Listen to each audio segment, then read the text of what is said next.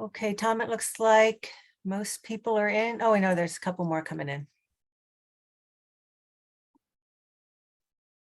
Yeah, we'll just give it another minute.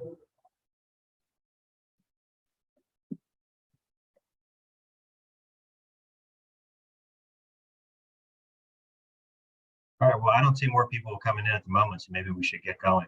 Yep, looks good. You want me to kick it off, Eileen? Yep. Okay. All righty, thanks everyone for joining. I know many of you joined yesterday as well, so we appreciate everyone carving out your time here Monday and Tuesday. So today our plan is to focus on the element in the framework that relates to natural areas and or ecological reserves. And so we wanted to start out by just pulling up, just so we can all refresh our memories, what we've had to say on this topic thus far, and what we're going to try to further explore and see whether, we want to refine what we have here on this issue based on the conversation today. So you can see here that the current language suggests that the planning process should identify areas to be set aside through designations, including ecological reserves and or protected natural areas as defined by the existing natural areas program in New Jersey, which will act as set-asides with limited management, except as necessary to address ecological threats and as determined by an oversight council. And then a key point here, one of the primary goals for these areas is to promote the growth of maturing forests and to provide for future old growth forests for their carbon and ecological benefits, which is certainly something we've discussed quite a bit and had numerous proposals related to. This is new language where we say we anticipate that a significant percentage of public forest land should be set aside for these purposes. The specific acreage and location of these lands should be determined through the inventory and planning process. So previously we had language which was alluding to the National 30 by 30 initiative. We heard various concerns about that language. We removed that and replaced it with this language instead. And then this is where we're kind of presenting some options here, that this could be accomplished through an overhaul and expansion of the current natural areas program, or a new program and entity could be established for this purpose. So that's something we want to discuss. And I would personally say it may not be an either or situation, right? It also could be some combination of the natural areas program potentially with something complementary to that. So let's not view it as an either or. And this language that's added at the end here, this actually came out of a conversation with Senator Smith.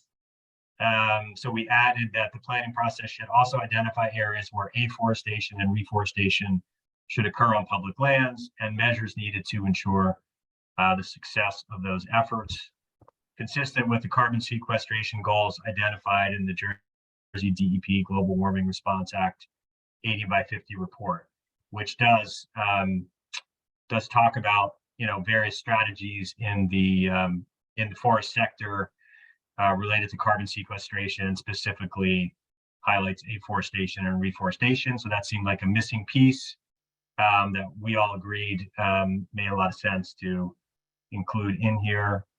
And then lastly, that the Oversight Council should consist of experts having appropriate professional and academic qualifications. And then we list some examples of the types of folks that would be presumably qualified and appropriate to include on an oversight council.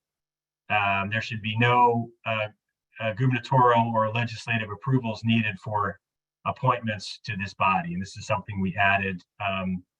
We've all had a lot of experience with the difficulty in getting those kinds of approvals made and through the process, and seen various entities in the state that have suffered from not having the ability to get people through that appointment process. And we thought a more streamlined approach made sense, and there are examples of that that exist already.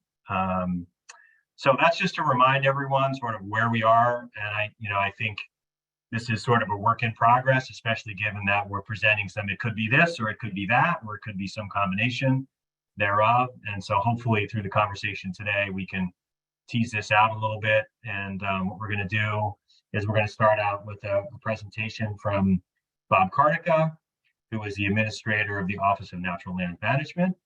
And he's going to give us some background on the existing natural areas program. Then we're going to move into some of the proposals that we have on this topic. And then we're going to go to discussion and see if there are some ideas that emerge out of all of this where we can find consensus, i.e. very broad agreement on any modifications that we might want to consider to the language that we have now. So that's the plan. Hopefully Well, for questions, if you do have questions, just like yesterday, if you could put them in the chat to Allie. Allie, if you can send everyone a note again so they know who to send them to. She's compiling any questions that, if you prefer to do your questions via the chat, you're also welcome to raise your hand at the end of his presentation. Just want to remind folks of that. There are opportunities to ask questions. Great. So thanks very much to Bob for joining, for John Cecil for joining us again. Is there anyone else on your team there, Bob and John, that I'm missing with us? I think Greg McLaughlin's here. McLaughlin's here. Oh, yeah. And Greg is back as well. Great. Thanks for joining us again, Greg. So we'll turn it over to you guys at this point. All right. There you go.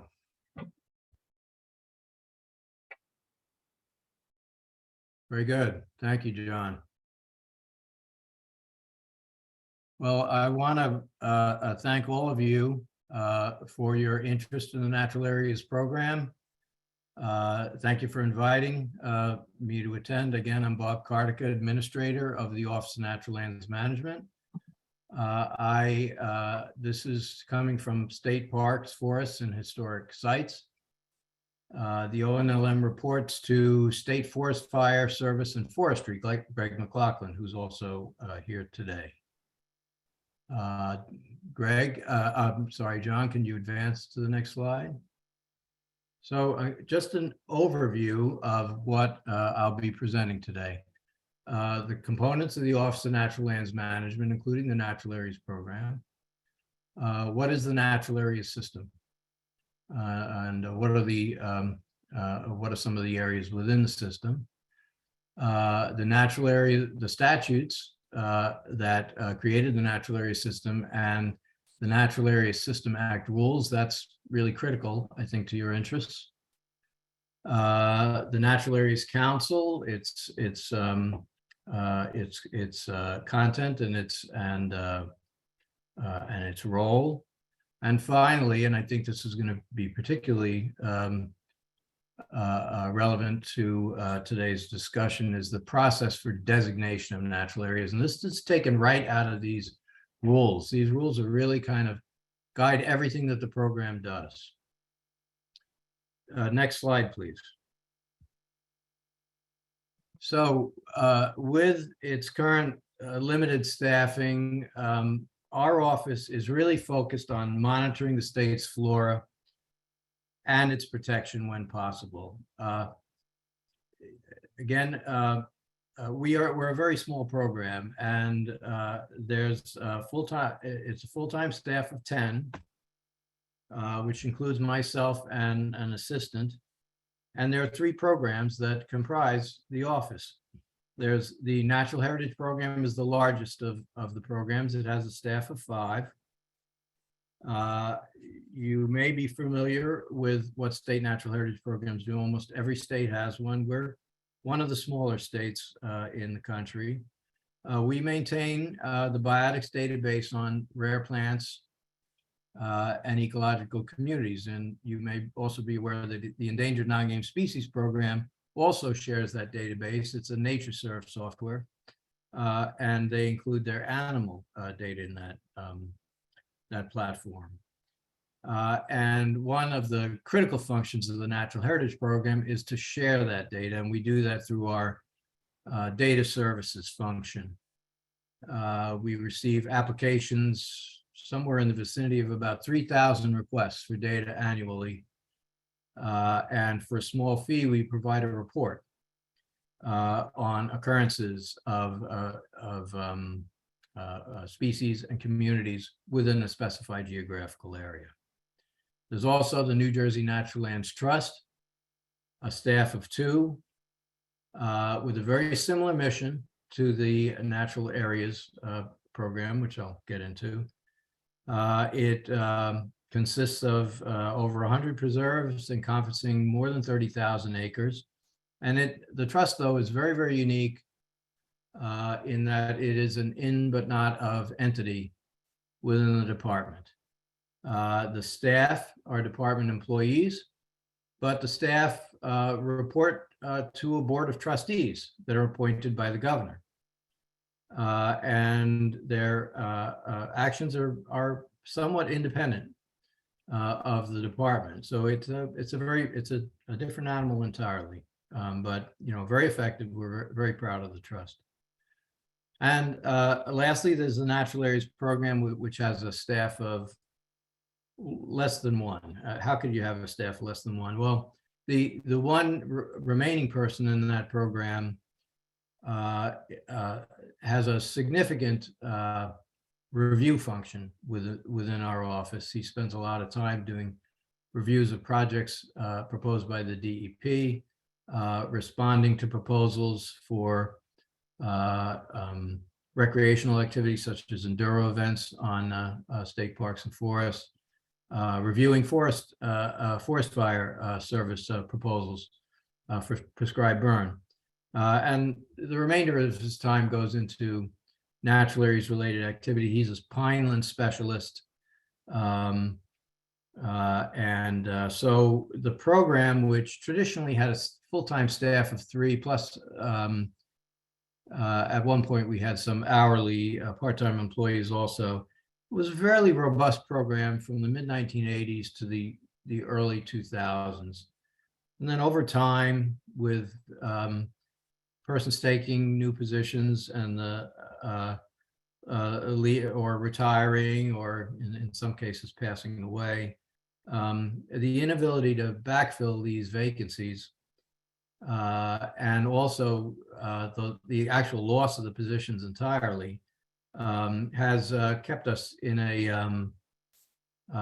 kind of a treading water status for a considerable amount of time. So the program, I think you can, a way to summarize it is say the program went from quite proactive for 20 years to reactive in the past 20 years. And I'll explain what I mean by that in a few minutes. So John, next slide, please. Okay, so the system includes lands that remain in a somewhat of a natural condition, but not completely undisturbed, including lands that support rare species. Again, it's very general, but as I'll explain, the specificity comes in the fact that each one of these areas has a management objective towards which is the reason for its designation and towards which management must be directed. Next slide, please, John. Here you see the distribution of natural areas statewide. There are 44 natural areas. Each one is codified in rule at 7:5A. It encompasses over 41,000 acres. Vast majority of them are designated portions of state parks or forests.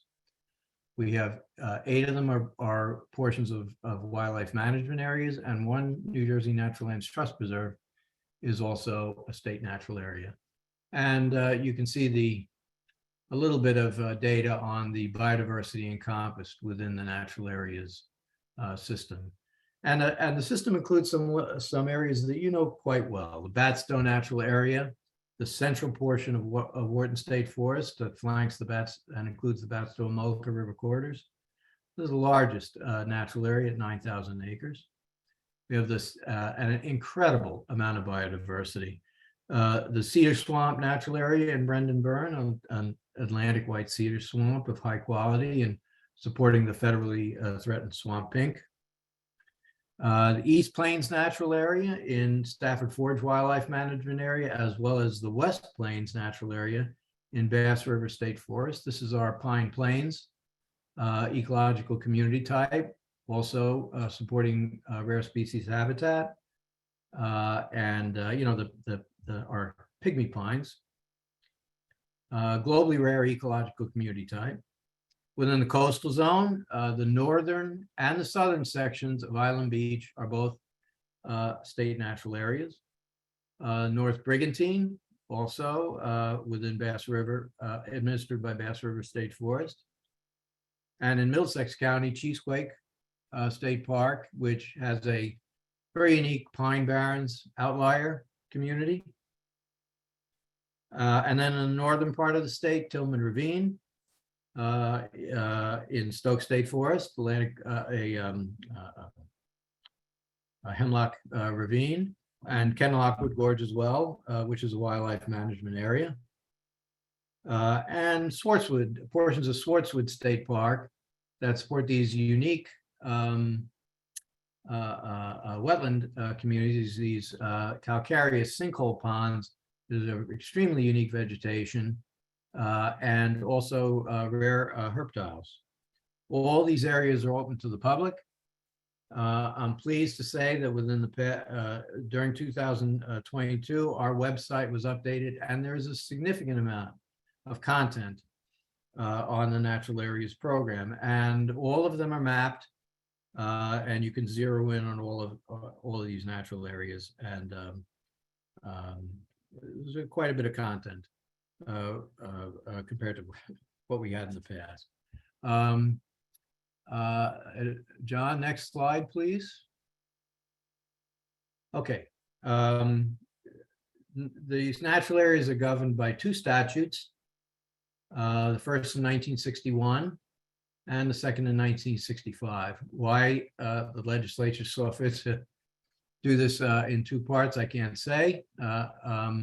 But collectively, these statutes, the department has promulgated rules subsequent to these statutes, and they really guide everything that we do and everything that the public needs to do relative to the natural area system. I can tell you, and these rules are really it's what makes these areas special. It provides an extra layer of protection and oversight over public lands that are already protected. And I can tell you that I'm a member of the Natural Areas Association. I go to meetings every once in a while, and our rules are held up as a model for programs in other states. These rules are available through our website and also through the DEP's Rules and Regulations webpage. The rules really guide how natural areas are managed and used. And again, they prioritize conservation over recreation. Designation of an area to the natural area system potentially changes the trajectory of these lands, okay? And adds this extra layer of protection. And I'm going to focus on the process of designation in a few minutes. John, next slide, please. Okay, just some highlights. This is the Natural Areas program it's really a child of a product of the 60s, a time when endangered species, I think you can say, was not a household term. This statute predated Rachel Carson's Silent Spring, so it was really progressive. The definition of natural areas, again, quite general: area of land or water owned in fee simple or held as a conservation easement by the department, which has retained its natural character, having rare or vanishing species of plant and animal life worthy of preservation for present and future residents. There are also, by statute, limitations on what can be done in natural areas, including a prohibition on the lease, sale, or exchange of these areas without authorizing special legislation. That's never been pursued. And I can tell you that no natural area has ever been removed from the system. We have tinkered with the boundaries of natural areas, expanding them, and in some instances contracting them through the designation or de-designation process, but none has gone into the system. So it's kind of a one-way street. And that's significant. We have 44 natural areas. Management plans were approved for 20 of these natural areas, but they are quite dated. Next slide, please. All right, the Natural Areas Council. This council is an advisory board to the Commissioner of DEP, with emphasis on advisory. They are not a decision-making board. The board consists of 7 members. Most of the actions, the council advises the commissioner, but the commissioner has delegated some of these actions to the assistant commissioner level. But to date at least, designations of new natural areas, approval of management plans for natural areas, and rule revisions generally are retained by the commissioner in terms of his decision-making authority. I serve as secretary of the council ex officio. There are 3 other members, and they're serving in terms that expired in 2007. One member is pretty much inactive at this time, which leaves us with 3 members other than me. A quorum of 4 is needed in order to hold meetings, and concurrence of 4 is needed for the validity of any council action. That can be a challenge. We only schedule 2 meetings annually, and we only hold them as needed. And as I've indicated, for almost the past 20 years, the program and the council has almost exclusively been reactionary. We bring things before the board, before the council, that are proposed uses or activities within state natural areas that require review consistent with the rules and regulations that I mentioned. So I think it's fair to say that this board, like many other boards, councils and commission, is pretty challenged currently in terms of its ability to function. Next slide, please. Okay, so I'm going to conclude really with kind of walk you through the process for designation of sites to the natural area system. I can tell you it is quite laborious and time consuming, but it's, as I mentioned, it's permanent. So perhaps it should be a process that is onerous to some extent. And it's a 2-step process. We have what's called the register of natural areas, or what we refer to as the list of register sites. This is, it's just it doesn't alter anything, but serves as official recognition of a site's biodiversity value. And it's done by the commissioner. Anyone can nominate a site for register listing by putting together what we call a register site summary and with a map enclosed. These sites are reviewed by the staff. If we feel that, if we agree that the information provided is valid and the significance of the site is valid. We will bring these to the Natural Areas Council for their consideration. If the council recommends that these areas be listed, it goes to the commissioner, and he or she signs it, and that's it. And again, it doesn't have to include just state properties. It could include private properties, and it doesn't change anything. It doesn't have any effect on regulation. It is, again, it just serves as official recognition, but it is a prerequisite for consideration of sites for the natural area system. It's a pool from which to draw new areas for designation to the system. Okay, so once an area is listed on the register, the commissioner or the council can request that the staff study a register site for potential designation to the system. This document, we call it a designation study. Only portions of register sites that are owned or held as a conservation easement by the state are eligible for system designation per our rules.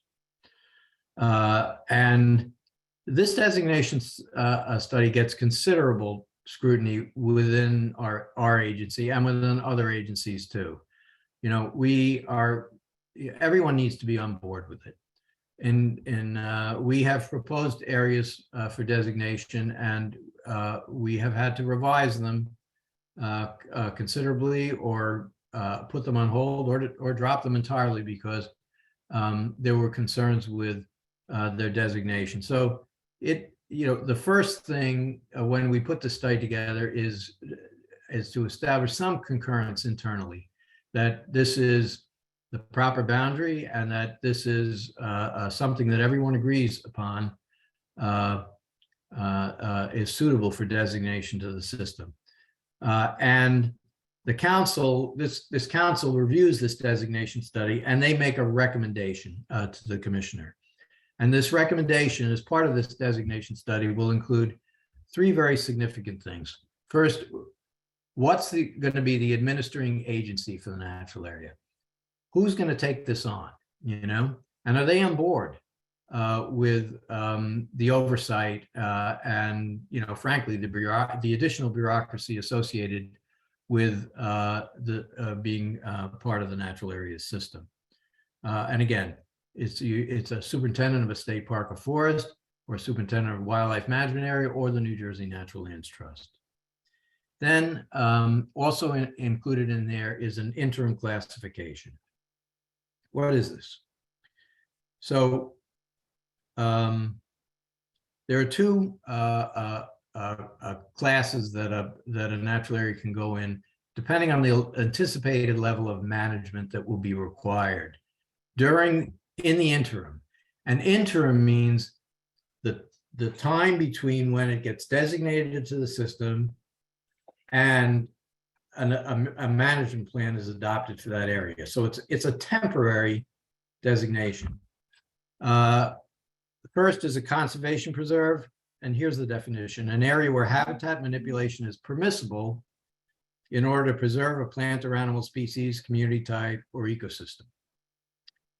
We feel that in the short term, action may be needed in order to achieve the management objective, or to maintain the management objectives to this area. I'll explain what the management objective is in a second. The second is referred to in the rules as an ecological reserve. This is defined as an area managed to allow natural processes to proceed with little or no habitat manipulation.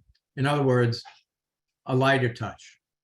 Okay, and perhaps more restrictions on what can be done consistent with the rules. But remember, this is only relevant in the interim period between when it's designated and when a management plan is approved. And that management plan may supersede this completely. So the classification no longer becomes relevant. The third thing that is included in here, which is significant, is the management objective. And this is usually a very brief statement the purpose or the goal of designating an area to the system to which management will be directed. And that applies to whether it's whether it's a conservation preserve or ecological preserve. This is why we're adding this to the system. And this is the trajectory that we want this area to go. And this is what we want it, this is what we want to maintain, or this is where we want it to go in the future. Now, if the commissioner agrees with the council's recommendation with regard to this designation study, he'll direct us to schedule and hold a public hearing. And if we receive any comments, we transmit those to the commissioner. He makes an assessment, and he has three choices. He can approve subject to gubernatorial concurrence. The governor has to approve these designations. He can revise in consultation with the Natural Areas Council and approve subject to gubernatorial concurrence. Or he can request council reconsideration of the designation, send it back to them. Assuming that the commissioner and the governor can concur, designation of a natural area is then effectuated through publication of a notice in the New Jersey Register. So as I indicated, it takes time, it takes study, it takes compromise. There's a lot, a lot goes into what's required in order to add an area to the system. When John, you can go to the next slide. I'm sorry, this is the second half of that process, which I described verbally, but you weren't able to see it. Next slide, John. So let me just conclude.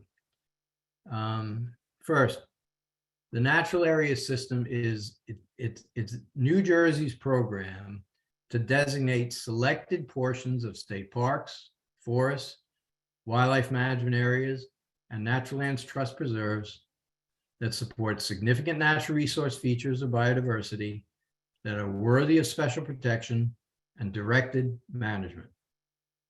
This is what we have. This already exists. It is not a hands-off, let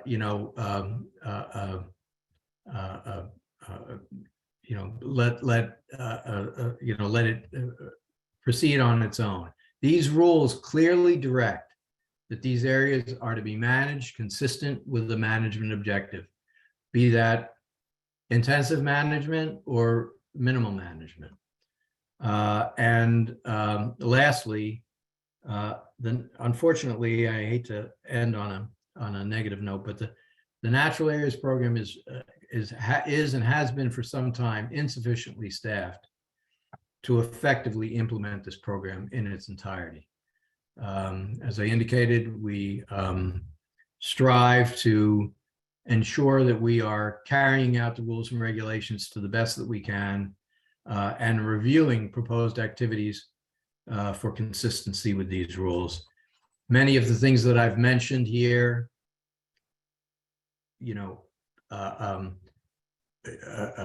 getting areas listed on the Register of Natural Areas, designating eligible portions of registered sites to the Natural Areas System, developing and adopting management plans, implementing management plans, and even monitoring the resources that are encompassed within the Natural Area System are well beyond the program's capabilities. So sorry to end up on that down note, but I want to thank you all for listening in, and I invite you to, if you want to know about the Natural Area System, you really need to look at our rules available on our website and also on the department's rules and regulations page. That's kind of the Bible of the Natural Areas Program.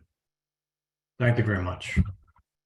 That's really helpful, Bob. Thank you. I know I learned some things there. I'm sure others did as well. I'm wondering if you could speak to the sort of main question that we put on the table at the outset.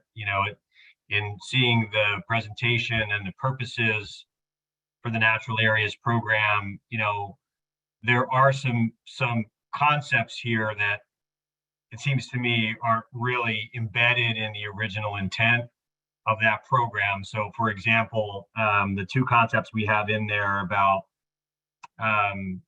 protecting, maturing forests, which is really different than protecting places with rare species or rare communities, right? It's so it's sort of a different kind of goal with carbon in mind, right? And among other things. And then second, the concept of providing for future old growth forests. I don't see either of those things as being explicitly mentioned in kind of the enabling statute for the program or the implementation of the program. So could you comment on to this question of if those are two goals that are emerging out of this conversation, can you comment on the degree to which you believe the natural areas program is suited to or can be adapted to address those goals, or whether you believe those goals would be better addressed through some other mechanism? Well, I can say that the program, again, is focused on areas of special biodiversity. Okay, that has been the focus of the program, and that's consistent with the statute. However, again, the definition of natural areas is quite general, So I think it's certainly worth exploring. It is as I mentioned, this is our program to designate special places, and again, areas that are worthy of preservation and protection. I think that although it hasn't been a focus of the program, persons have suggested we should be including unique geological features of New Jersey in the natural area system. And certainly there are plenty, and again, there may be quite a number of mature and old growth forests already in the natural areas system.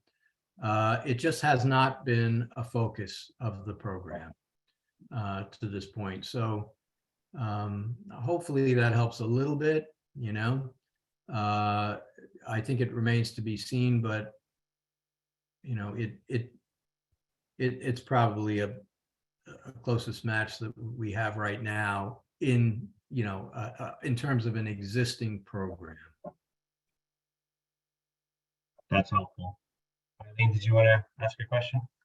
Yeah, so it's a two-parter, and you asked the first part, Tom. So obviously this program was in existence before climate change was on all of our minds.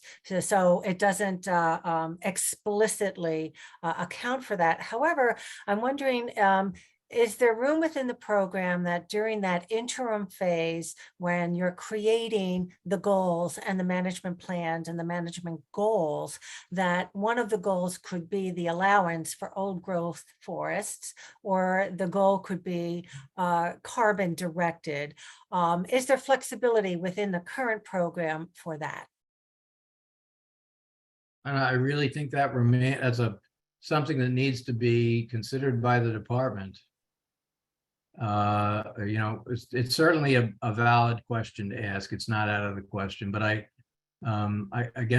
think that needs further thought.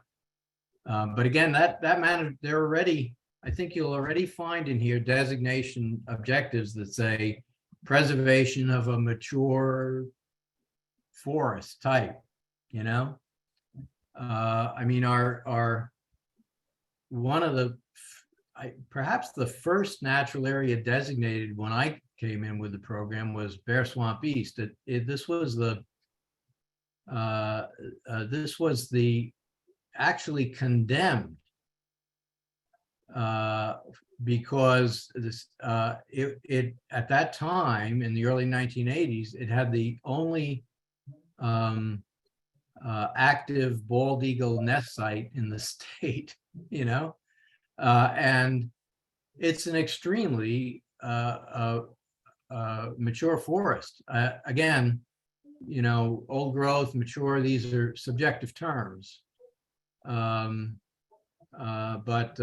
certainly that is an area which is, you know, I think would potentially, you know, match many persons' definition of a mature, you know, a mature forest type. Okay.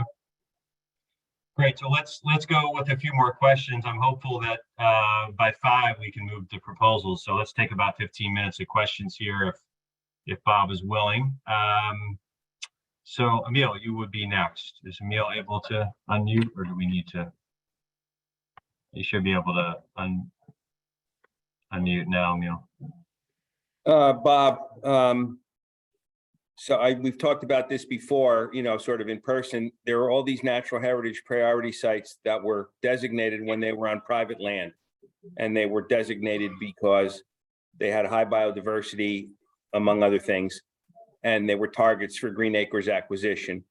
And many of the natural heritage priority sites have long since been acquired by Green Acres and put into, you know, one state park or forest or WMA or whatever it might be. Right. Yet, I guess I've always assumed that it's because of the fact that there was, you know, fewer and fewer staff. And then, you know, you have this natural heritage priority site, and then it needs to make this register list, and then it needs to, you know, reports need to be made and plans need to be made, and it has to go through that process that you talked about to actually reach natural area status. I've always assumed that it was staffing problems. When you were talking today, you were talking about how everybody has to agree and all the agencies have to agree. But did the agencies all agree when they were made natural heritage priority sites, or was that more of a separate process? Yeah. And then, completely if you separate. try to make natural heritage priority sites into natural areas, it might be difficult because of objections or is it just because of staffing? Heritage priority sites came out of the early years of the Natural Heritage Program, when the Nature Conservancy had staffed state heritage programs. Okay, for several years, the Nature Conservancy paid the staff of several state employees, and part of their process was to get, you know, they'd have these kind of marathon meetings that went on for a whole week, where they would get a half a dozen or a dozen people in a room, and it wasn't just plants, and it wasn't just community ecologists and zoologists. It was everybody. It was all they got together and they just poured over the maps, and they developed these sites which were really intended to be targets for acquisition based on the best available data that we had at the time. And of course, we have much more data than we used to have on these areas. And these were drawn to include, they included public lands and private lands. And, you know, the development has proceeded on these areas. So they've changed considerably over the years, but their original purpose was to guide acquisition. But you know, they've seeped into a variety of rules and regulations of the department. You know, because it's a resource that the department has used, and they can serve as a pool of sites which can be considered for listing on the register and designation to the system, for sure. But you know, we really haven't pursued that. Now, I don't know if I've answered your question there, but it is certainly, we certainly rely on the natural heritage priority sites and consider them to be, critical areas that should be protected by whatever means. And they are also potential areas to be studied, or the state-owned portions of them are certainly potential areas for future designation to the system.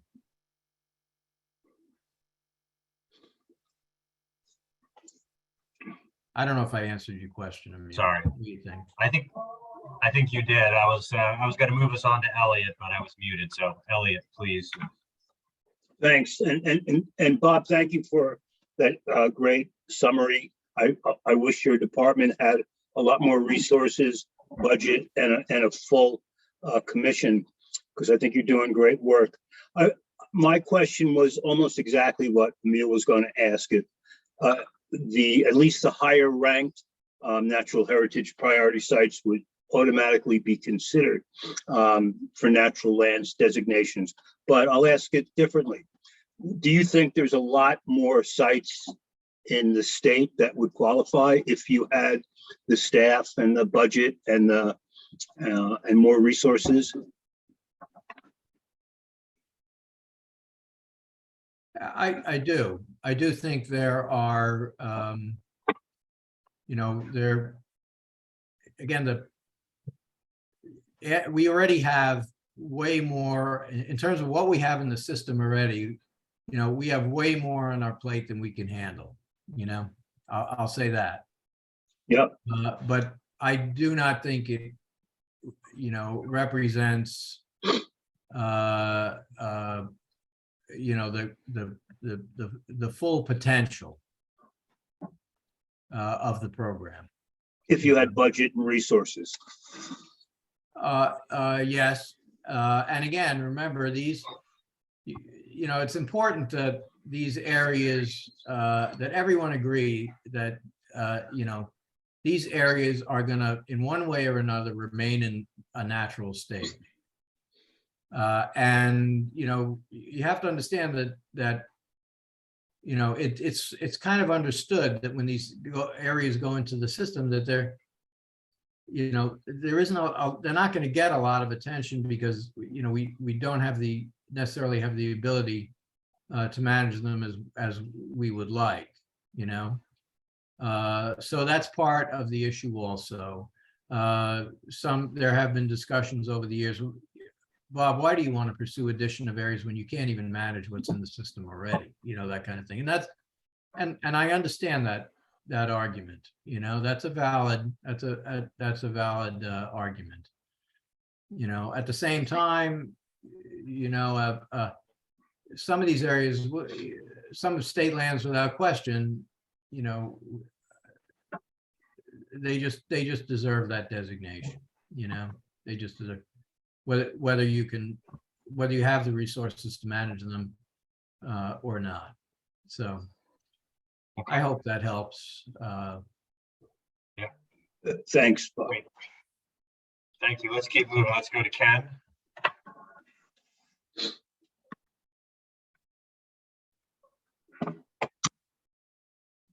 Okay, thanks. All right, I have 3 quick questions. One, is tree cutting of any form allowed in natural areas? Yes, And if it's not allowed, why not? it And is. then you mentioned intensive management. I was hoping you could clarify what that means. I don't know. Did I mention intensive? Yes, trees can be removed from state natural areas. If it will further the management objective of the natural areas, certainly trees and forestry activities tree removal and forestry activities are permissible. Now, what was the second? Intensive management? Well, for example, you're muted, Ken.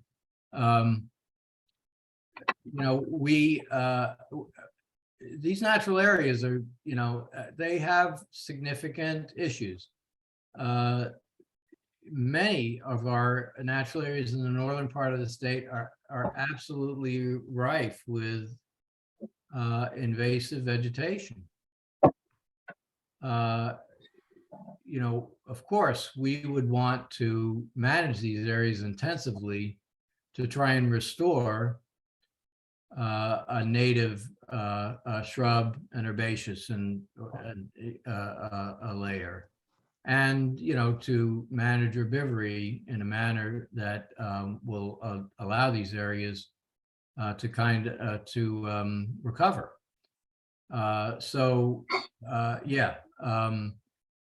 Just because they're natural areas doesn't mean that many of the stressors associated with don't exist. Again, many of these support rare plant species, which is something that we're particularly interested in. And these habitats succeed, or they become threatened by invasive species. And in order to maintain those occurrences, management is required. I think that's understood. All right, thanks. Okay, Andy? Yeah. Hey, Bob, thanks so much for taking time to join us. That was helpful. Quick question. I think this might be simple for you. You mentioned something about 20 of 44 natural areas have a management plan. You said they were like outdated or whatever. What's that look like? What is a management plan? Who creates that? What's involved? Well, I didn't get into that in the rules, but there's a section in the rules, 1.8 in the rules, where which outlines kind of the process for and the outline for inclusion within natural area management plans. Again, it was a focus of the program from the mid 1980s to the early 2000s, when the program had was better staffed. Developing these management plans was a priority of the department because the statute mandated it. However, as I mentioned, we have not adopted a plan in more than 20 years. And the last area that was added to the natural area system was in 2004. Got it. So again, you can view these plans. They're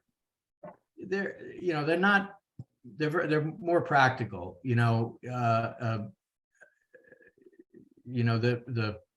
The survey should be performed on a periodic basis. Care needs to be taken during mowing activities and that sort of thing. Prescribed fire is necessary in order to help maintain the system, that sort of thing. But all of our plans are posted on the website. Those are available on the website as PDFs. Got it. So it's safe to say the intent was never to just lock up an area and never go in there and practice some type of stewardship activity to better these areas. There was an intent to actually be engaged with these locations. Sure. Got it. Yes, absolutely. But, kind of, unfortunately, by default, many of them have been left alone and barely, but that's to be expected, really. Some of these areas kind of demand attention and others don't. We're going to take a couple more, and then in order to have time for the proposals and discussion, if we don't get to everyone's question, you can put your question in the chat. Please send it to Allison Schmeider. We will send those to Bob, and if he is willing and able, he can provide some additional responses to the questions we don't get to today. So Nick, go ahead. Would the federal national natural landmark recognition program, would they be able to help in any way in this endeavor in furthering the acquisition or of these natural areas? There are actually I don't know how many, there's a handful of national natural landmarks in New Jersey that you may be aware of. And, you know, frankly, I've never really fully understood the program and I haven't been engaged with it at all. But you know, to my knowledge, there's never been any overlap between the programs, and I don't think there was ever any intent that these programs were going to somehow, you know, work together or contribute in any way. I really don't know very much about how much that a system of land has accomplished, particularly in the eastern United States, you know. Yeah, we have, I can't really answer your question very well because I'm just not that familiar with it, but there's never been any overlap between the programs. thank you. All right, so we're going to give last question to Sarah, because I said we were going to stop questions at 5. Jean, Leslie, Margaret, please send your questions to Allison Schmeider, and we'll get answers for you if we can. Sorry, I'm trying to unmute Sarah here. There we go. Okay, thank you so much. Bob, this is great to hear from you, and all you're doing is impressive with lots of constraints. You know, one of the things we're talking about today is how to find ways of protecting some parts of our public forest from logging management, and the consideration is under discussion what sort of designations might achieve that. Set asides, carbon reserves, natural areas or natural heritage sites. From what you're saying, it doesn't sound like this is a way to go necessarily, but I just am concerned that in the next couple of days, there's a natural heritage site at Sparta Mountain that is going to be heavily logged, and the wildlife management area has just been closed to the public. They'll be building a 250-foot roadway on a steep slope into this natural heritage area by the Edison Bog, and the level of tree management and removal is quite intensive. So it's surprising to me that a natural heritage program site would be managed in this way. Of course, many of us are here because we'd like to see less of that sort of management in all of our public forests in northern New Jersey. But I wonder if there's some system that you see from your knowledge of all these different ways of protecting and designating areas for natural, to remain in a natural state rather than to be harvested and have wood removed. Is there a structure someplace that exists now, or are your thoughts about how to perhaps make changes there? Thank you. Again, I think that first of all, commercial logging is not permitted within state natural areas, but forest management certainly is, if it is directed towards the management objective of the natural area. And that, you know, that makes perfect sense to me.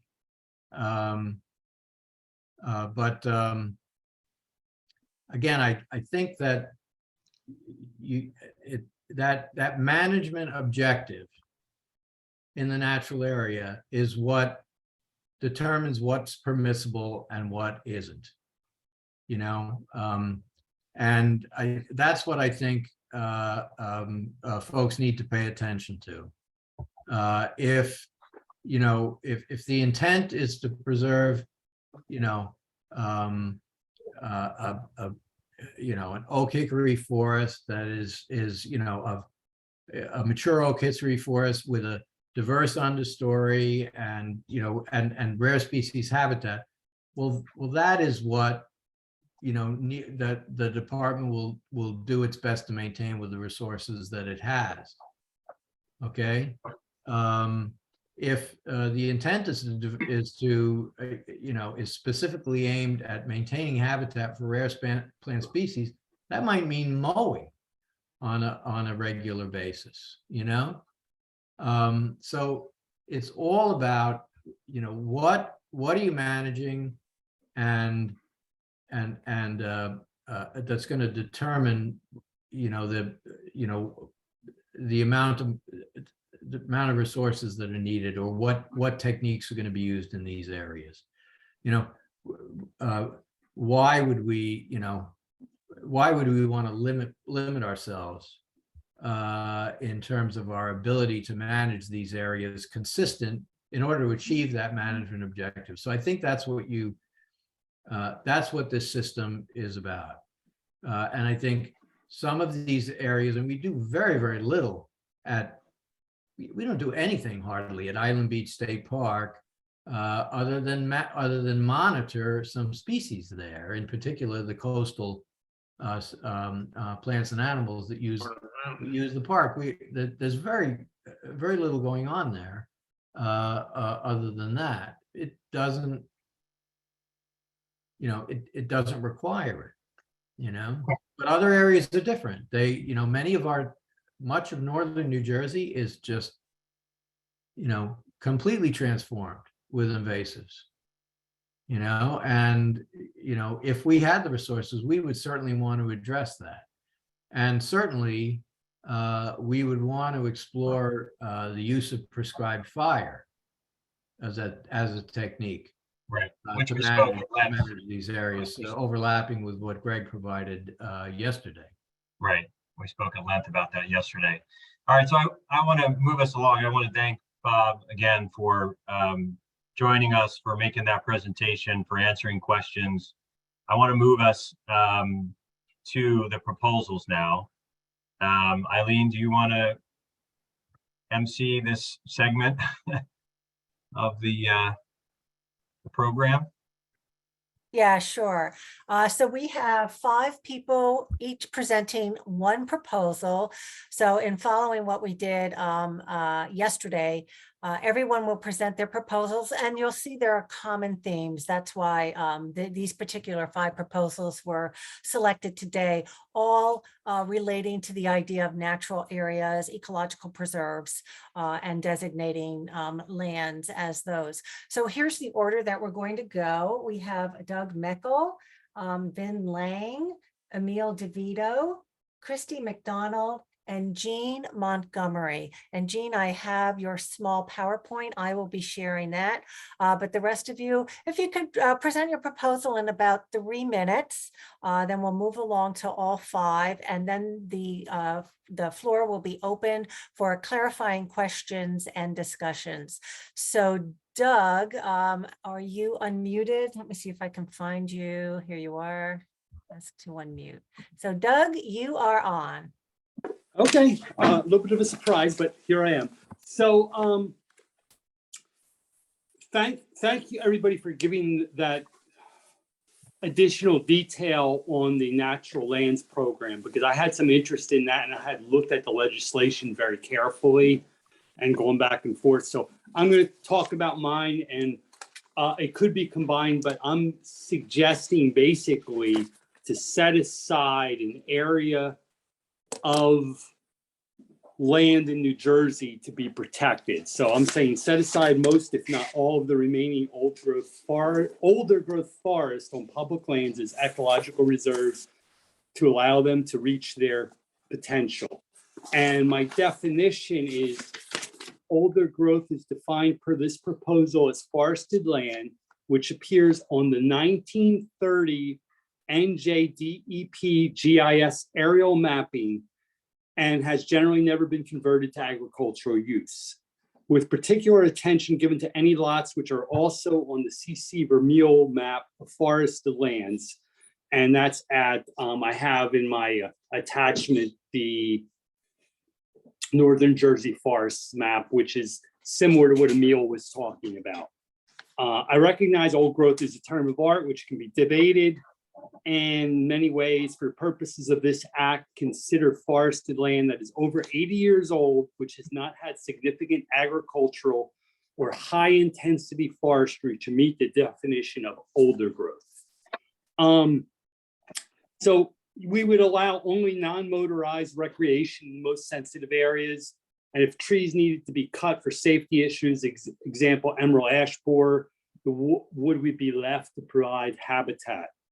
I talk about why we would need this, talking about the best use for forested land is as a, I'm just looking at my time, as a public forest for citizens, as an arc for biodiversity, and as basically there's an aesthetic and recreational value to this.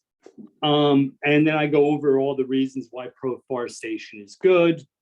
And what I finish with is I talk about this would actually sequester the maximum amount of carbon, and the state could sell these carbon credits as an additional source of income. So I know right now in the carbon market, there's a big question about the validity of projects, particularly in some other countries. And I think New Jersey could be at the forefront of having a verifiable, sort of close to home carbon model. So basically, I'm saying that the other advantage I see of this approach is there may be a combination with some other methods, but a lot of the methods of delineating what should be saved and proposing it are going to take so long as to be troublesome. So what I would say basically is the first thing we should do is the default should be protection. We should be protecting things until we decide that there needs to be a use. So what I'm suggesting is basically having these set aside, and then maybe a council or somebody decides that maybe this area doesn't need to be set aside, but in the interim, these would be protected. So I'm saying the default should be protection. And then if there is a need to do something else, it could go through the council, but you wouldn't have to wait a multiple number of years to figure out what should be protected. So that's my proposal in a nutshell. Thank you for your time. Okay, thank you, Doug. Hey, Emil and Andy, you still have, oh, Andy, Emil, your hand is still up. I'm not sure if that's a legacy hand. We're going to take questions at the very end. Okay. So next up we have Vin Lang. You are unmuted. Thank you.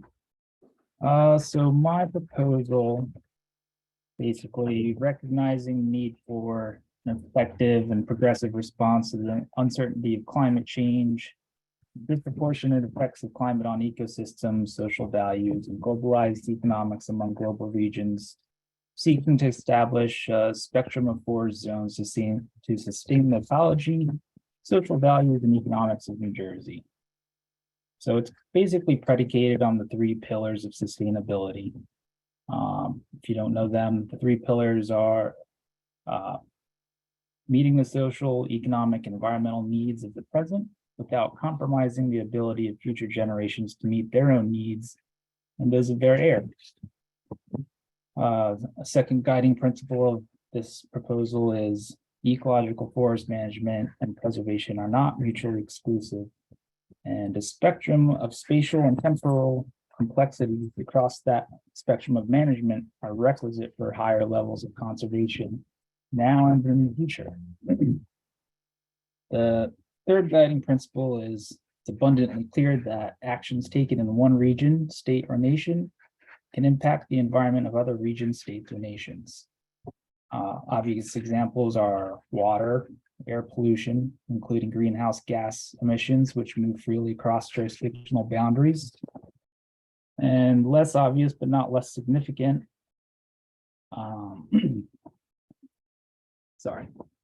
are actions that may shift environmental impacts of consumption from one region to another. In consideration of this cascading effect, the responsibility of New Jersey citizens as diverse global market consumers of forest products, ecosystem services, and carbon emission dynamics participants should be accounted for.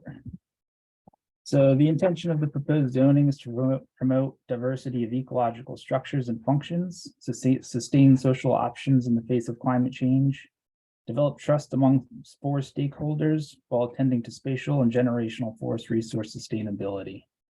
Lastly, I think it's paramount to consider adaptive planning and monitoring and the context of the landscape as steps to success.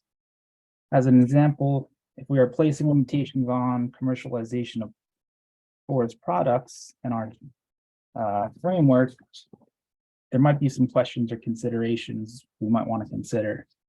For example, where will future natural resources come from? Should a percentage of those wood products come from our locale within our jurisdictional control or not?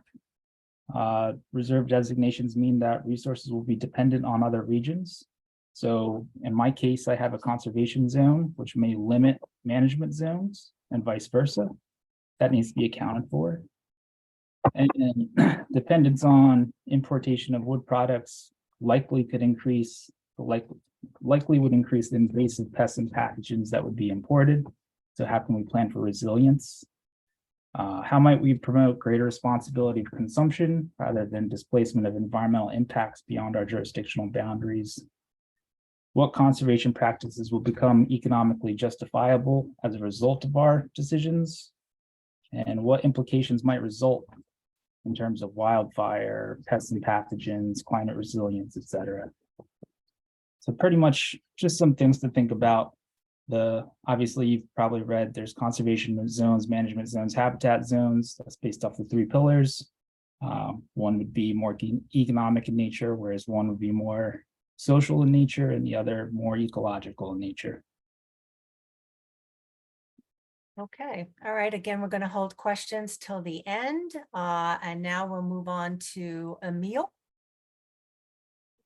Hi, everybody. Can you hear me all right? Mhm. Oops. My proposal is a little bit similar to Doug, in fact, quite similar. But having heard all these conversations over these intervening months, I'd kind of like to change it around a little bit. It seems to me that we need to ramp up the natural areas program with staffing and funding in order for them to do their job with the natural areas that we already have. And there certainly must be natural heritage priority sites and other areas. Bob mentioned that, you know, we have a lot more data nowadays. And so there must be additional places that should be put on the register and then eventually go into the natural area system. But I don't think, after having heard everything in the last few weeks, and especially today, that we can solve the problem of carbon reserves and areas where it's going to be very unlikely that we would ever remove wood from the forest by trying to designate very large swaths of natural areas. I think that the natural areas system wasn't really set up to be dealing with very large landscapes. You know, we have a few very large natural areas like Batstow, and it's impossible to manage properly. It's being overrun with off-road vehicles, for example. So what we need is something similar but different. I'm not saying we should add to the natural area system, and we should be recommending that it be, you know, rekindled. But I think we need something in parallel, which would be the areas for carbon reserves, the maturing forests, the forests on good soil that's not post-agricultural soil, especially northern New Jersey. There should be really significant swaths of set-asides for carbon reserves. But as Doug mentioned, you know, there's this opportunity to get carbon credits. And if the legislature was to I'm not sure what the right word is. I don't know if the word is mandate or direct the department to set aside a certain acreage of these areas, then we would not be able to get carbon credits because those are based on additionality. So if we create a system of rules and regulations which say that we're not going to remove wood products from a forest, then there is no additionality. So we have to get the carbon credits first. So what we need to do is, I believe, have the legislature direct the department to designate, you know, really significant areas of forests that are maturing, that are doing the job of storage and sequestration, and they're going to be growing for a couple of 100 years more and continue that process. And once the department designates some, you know, I'm talking, you know, maybe 100,000 or 200,000 acres of something like that. And once the department designates those areas, in conjunction with getting the carbon credits, then they be forever protected because of the fact that the carbon credits, that's part of the job of the carbon credits, is that they be forever protected. And obviously, it would be similar to the natural area system, where if certain things need to be done because of calamities such as insects or pathogens, then of course, there would be an advisory science council that would, allow for certain things to happen in order to maintain those forests and to manage those forests. But I think that what we should do is figure out a way to declare huge swaths where there would be no removal of wood products, and work toward establishing those credits, getting money into the state to do good management of all the other systems, the natural areas, the other resiliency projects, managing for rare species, all those tasks. And we could generate huge amounts of money by doing that and protecting these carbon reserves. Okay, thanks, Emil. Thanks to everyone so far for staying within your time limits, makes it easier for me. Okay, and now we have a proposal from Raritan Headwaters, and Mara Tippett is going to present it with Christy McDonald. So Mara? Yes, thank you. So Christy had a conflicting meeting, but she should be able to join the discussion in another 15, 20 minutes. So I'll present, and we can discuss with her on the call in a bit. Our proposal is very much in line with Doug's and Emil's, so I guess that's why they've been grouped together. Our proposal is to establish New Jersey forest eco-reserves to preserve and protect large forest tracts for their roles in supporting biodiversity, watersheds, climate resilience, research, and passive recreational uses. In the early 1700s, there were 4.7 million acres of forest land in New Jersey, and by 2015, about 1.5 million acres remained. Given this large-scale historic loss and the continuing threat of loss, fragmentation, and degradation, we propose that all large, and by that, roughly over 500 to 1,000 acre forest parcels remaining in the state be permanently protected as ecological reserves. Large forest tracts serve critical ecosystem functions necessary for biodiversity conservation, sustainable water resources, carbon sequestration, and human health. Incompatible uses should be prohibited within the ecological reserves, including timber harvesting, salvage harvesting, commercial mining, and excavation. While smaller forests have significant ecological value and should also be protected, large intact forests are ecologically more effective than many smaller isolated forest patches at supporting critical ecosystem functions. There's rich literature on forest fragmentation impacts on biodiversity. The forest interior of large forests experience less impact from edge effects, including human disturbance, invasive species, high sunlight, windborne drift from herbicides, and pesticides. Larger forests support larger populations of species, which may be less at risk of extinction from catastrophic events, and they support area-sensitive forest interior, wide-ranging, edge-avoiding, and rare species, and a greater genetic diversity within species. They allow for movement, migration, and range expansions of species due to climate change, and support a greater variety of habitats. Increased shade, air and soil moisture, and healthy soils make larger forests more resilient to climate change impacts and major disturbances, such as forest fires and drought, and allow for more carbon sequestration and water storage. Forested land at the watershed scale is associated with higher water quality in streams and aquifers, and is the main source of clean drinking water for the majority of the US population. Many remaining larger forests may overlap with intact headwaters regions, providing greater protection and buffering of critical water resources. And finally, it's likely that the larger forests are publicly owned, making it easier to assert conservation and management strategies as opposed to privately owned forests. I'd like to also add that upland forests, which may not already be protected by, say, flood hazard management, flood hazard area rules or stormwater management rules, would also be better protected with protections for large forest areas. Thank you. All right, thank you. Thank you, Mara. And now we have Jean Montgomery. Jean, you should have the unmute, and Ally is going to share your screen. You just prompt her when you need her to advance. So Jean? I think we learned a lot tonight about the natural areas and legislation behind it, creating it, and how it works. I think that we can accomplish a lot of our goal of having carbon sequestration through the natural areas system. You can go to the next slide.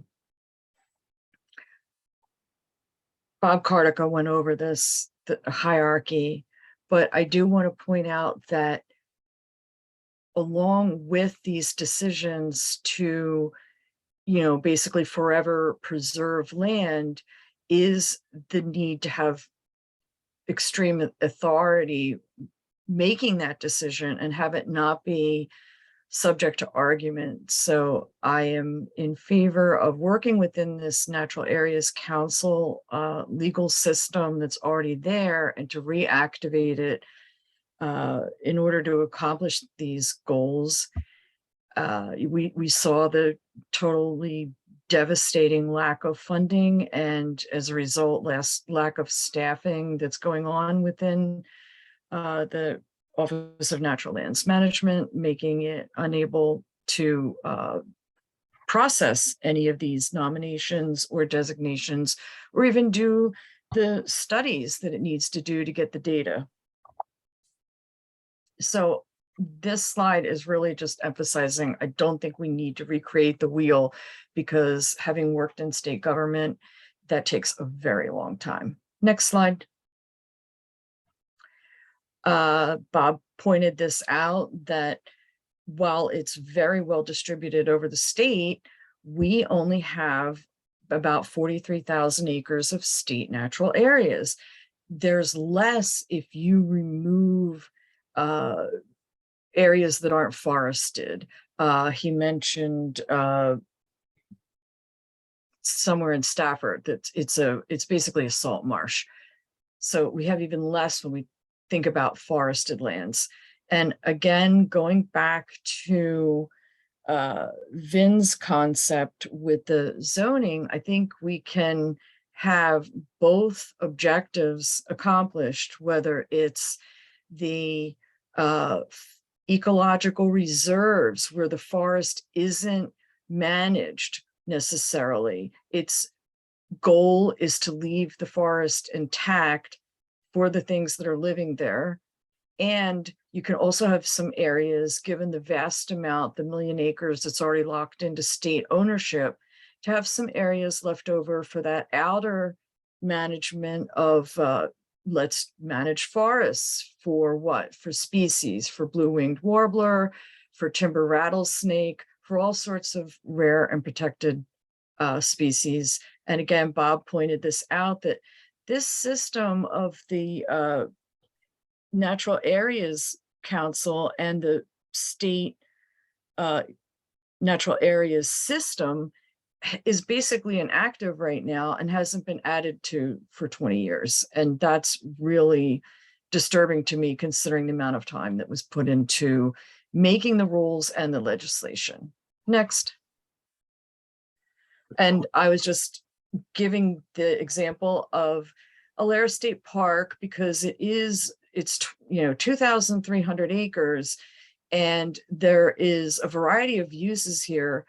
But if you look at the northern end of it, you could basically set aside 1,000 acres of forest that's in the red here that I have marked as C that could possibly be an ecological reserve. And you could even call it a climate reserve.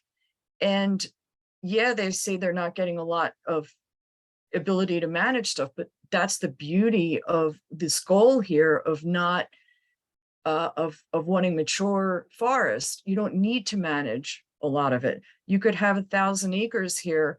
This forest, I've hiked it. I worked at Alair for a summer. The trees are in the 50-year-old range on average, with some younger, but most of them older than that.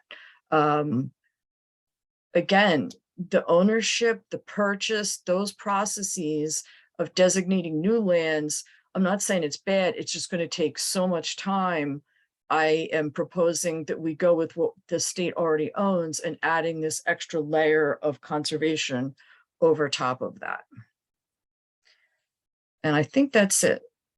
Can you go to the next one? I think that was the end of it. Again, I used Alamucci. This state park already has a natural area in it, that why not designate it and propose it be nominated for natural lands? It's I think it's about 700 acres. And they don't allow anything except for hiking and primitive campsites. That means backpacking and fishing in there. I don't even know what kind of hunting is allowed in that area.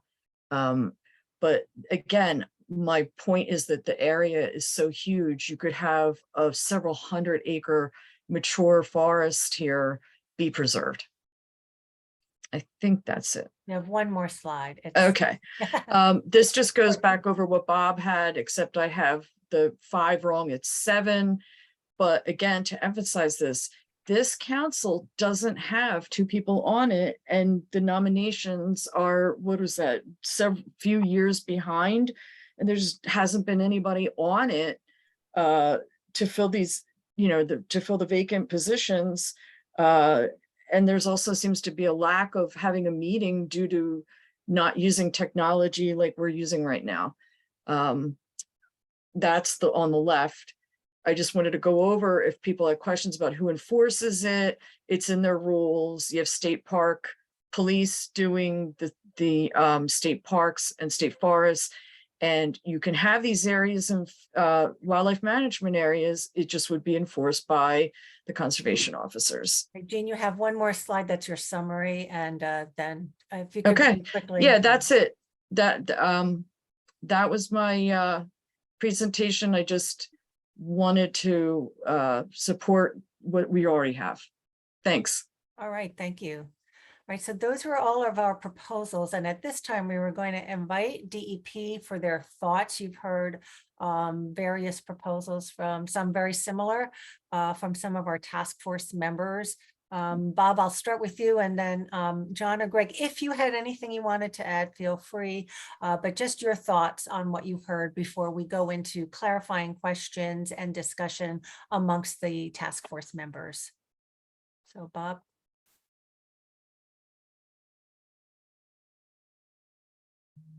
Well, picking up where Jean left off, I certainly think it would be worthwhile to make the Natural Areas Council whole. This is it's something which has really become much more difficult over the years. I'm not exactly sure why, but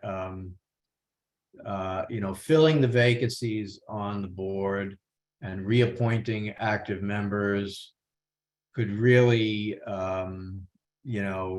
be like a blood transfusion to the program. And especially if the new members have, more of an interest in have an agenda, have more of an agenda. And that's going to happen with new members. So I certainly agree with that. The concept also of not why reinvent the wheel. I kind of agree with that too. It's creating new programs. I don't know. Working with existing programs not easy, but at least you know what you're dealing with. That sort of thing. In terms of designating new natural areas, certainly I think that the quality and composition of these areas is really significant, not just large areas, but they have to there has to be a reason why these areas are added to the system, not just because they're large contiguous forest areas, although I agree that large forested areas are more resilient and certainly store much more carbon and sequester much more carbon too. So so those are some of the things some of the ideas that were mentioned here. I think Vin's he's proposing various categories of conservation, which are not that dissimilar to what the Natural Areas Program provides, and I think I could say the same thing for Emil. So that's just some thoughts for me on these proposals collectively. Okay, well, jump in. If you hear a question later that you think you can answer, just raise your hand and I'll call on you. Do you want to give John and or Greg an opportunity to share thoughts as well? John? Yeah, listening along. I think Bob pretty well covered it. Maybe just to reiterate, I think we're probably going to make a lot more traction more quickly where we can leverage existing pieces of legislation and programs. We touched on some of that last night. I think there's an opportunity here with natural areas, and I think there's some forest legislation that we're operating under that has some potential to be further implemented. So the degree to which you all can call on or advance recommendations that lift up and draw attention to existing legislation and calling on the department to more fully address that seems helpful and supportive of what we're already charged to do, and likely to move us more quickly down the path to get to some of these things that I think we share in common in terms of protecting the resources. Then, more specifically to the proposals, I don't know that I'm going to dig in or unpack all of that. I think that to the extent that folks can be specific with what's in the proposals, that would be helpful. If we're characterizing forest types using mature old growth terminology, where are those places on the ground? Let's draw circles around them. Let's identify them. Let's get specific about the exact places that we're interested in and kind of narrow the scope of the discussion to what we can do to protect those places more so than they may be, or if they're not, to protect them some way, somehow. So, I guess those would be my two key points here, which would span probably a lot of the discussion that's been had. To what extent can we use existing law, recognizing that some of the existing laws in place haven't been fully implemented yet? And let's get as specific as we can be when we're talking about places on the ground, because I think it'll just help advance the conversation and we'll find areas of agreement probably a lot more quickly. And Greg may be driving about, so I don't know, but Oh, okay. Yeah, I can't. I feel don't. free to jump in. I see him there, but there he is. Greg, thoughts? Yeah, I'm still hanging in there, folks. Thank you. Thank you again for having us this evening. Not much to add here. Bob really covered it comprehensively, I feel.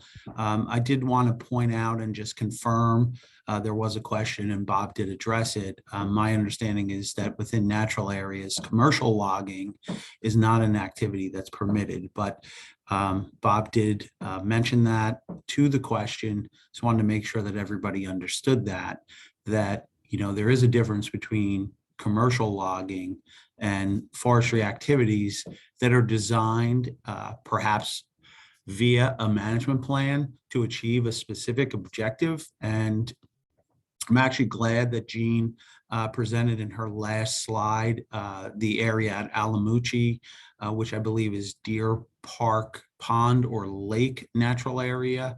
I've spent a lot of time up there personally.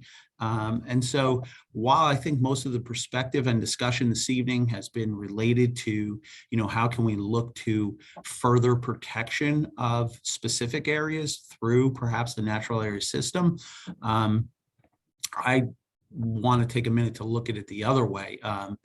The Alamucci natural area, that is the name of it, I believe, Jean, that encompasses Deer Park Lake, is probably, in my opinion, one of the areas that has the most dense and most diverse amount of invasive species. And I know that's a a topic of discussion. So I'd like, maybe to have consideration that we focus some of our opportunities for management in our natural areas to really give them attention that they deserve and a lift to restoring and creating some biodiversity. So, thank you. All right, thank you. So given that, we'll open it up to task force members who are present today with clarifying questions and discussion. We'll just go in order. We'll go until about, what do you say, Tom, about 5:50-ish? We'll see where we're at. So we will start with Mike Van Cleef. Yeah, I kind of just wanted to take off what John just said. To the extent that it's possible, there's lead time created to do this GIS work that's going to be required. To the extent that it could be started sooner rather than later, all the better, even before, if all this goes through and there's this special committee assigned or whatever it's called, we need the basic information. And I would suggest starting how larger scale things like, for example, the Nature Conservancy's eco-regional planning, where are the large forest blocks that they say are regionally important that occur in New Jersey. Same thing, they call them portfolio sites. They're basically subsamples of our heritage sites. But if we're going to start prioritizing and getting our data ducks in a row so that we can make decisions, I would say start with external things like the eco-regional plans. And then within, I'm just practical stuff, like the 1890 Vermeule stuff is only digitized for the northern part of the state. It needs to be digitized for the entire state. And it would be really instructive to see what the pinelands looked like in the 1890s. Where was it forested? And similarly, the 1930 aerials, they're pictures. I think Jay Kelly has the northern part of the state where he took those pictures of the aerials and made the polygons what was forest. But I believe if that's true, I think it's only true for the northern part of the state, like the Vermeule. So if we really want to get this ball rolling, let's get this data lined up so people can look at it and start making decisions based on it. One very quick last thing, about 10 years ago, Pete Winkler did an amazing, great thing for the strike team. He did the entire state, a ranking system of forest patches that we've used, the strike team has used to get our first U.S. Forest Service grant and got 2 subsequently based on that prioritization, which involved size of the patch, the core area index, the outline of it, the shape, the perimeter shape, landscape project data, rare plant data, Nature Conservancy resilience scores, blah, blah, blah, like lots of different things. So if we keep them as separate bits, we should be looking at things as forest blocks, regardless of their ownership, public or private, just as the block itself to start. And we could throw in whatever things people think are important to put in that characterize those patches. And, to be honest with you, you end up with a lot of data. There has to be some kind of system where you prioritize or you form percentiles, essentially. So what's the upper 10% or the upper 25%? And in that way, you have a way of scoring these things, looking at all kinds of different values so that we can prioritize and make decisions about where a reserve would be, or in Ben's system, where should it fall based on how good it is relative to other patches. And that's all. It just, if there's any resources available, the sooner we start on this, the better. Well, I think you've incorporated something from every single proposal. So thanks, Michael. Okay, Leslie Sauer. Yeah, I'm kind of like Michael in the sense that, or all of you, in the sense that there's a whole lot of all these proposals that I really like. I've been a real stickler about definitions and how quickly we can do things. And frankly, Tom, you really kind of opened the door for me when you resuscitated this distinction, areas in need of special management versus the rest of the forest. I think instead of trying to turn the natural areas into carbon reserves, the natural area system is the one that is about special management. It is about a place where the species, where succession needs to be arrested. I would have given anything to take the trees out of Martha's Furnace. And it's a process that has existing rules, doesn't require us to reinvent anything. It requires us to fund and resuscitate something. It's not an easy sieve to fit through, so it's not sloppy. Everybody's panic stricken all the time about loopholes. I think this is the safest route we could go for management. And then everything else should be designated as carbon reserve because we want those to be huge. I get people are worried about selling carbon credits, then tell the legislature to start selling the carbon credits and the DEP to hold permits until that sale is complete. And you would get done, which I think we all want to get done, which is good management, where it's really important to do it with a lot of review and a really big area for carbon storage. Lastly, I would close on the point while we're talking about this, exactly the opposite of what we want to see happening is going on right now and Sparta Mountain. And nobody knows what to do, how to address this, what do? We complain, but it doesn't seem to make the slightest difference. Thank you. Thank you, Leslie. Okay, Kristen Maestro. Yeah, thanks everyone. I'm on my phone, so hopefully you all can hear me. Yes, but I'm going to kind of piggyback on what Mike Van Cleef said too, is that, I really think that, I really like the idea of taking what we already have and using that as a mechanism to advance some of these goals. I also appreciate the proposal that Vin, that Vin had proposed of having different designations and different categories in terms of, what are the areas that, that need those managements, that need higher management. What is the areas that we need to be setting aside for, to advance potential old growth forests, and and what are the areas that we need to be going somewhere in the middle.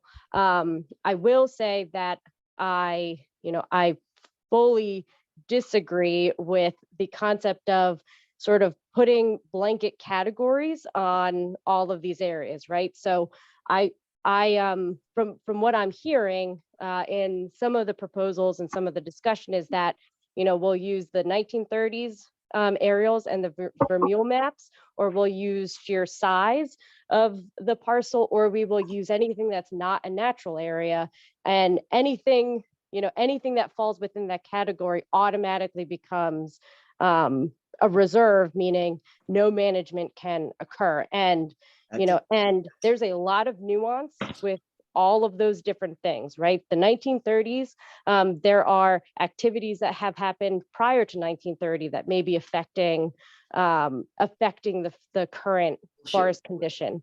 Vermeule, the Vermeule map again doesn't necessarily distinguish between an area.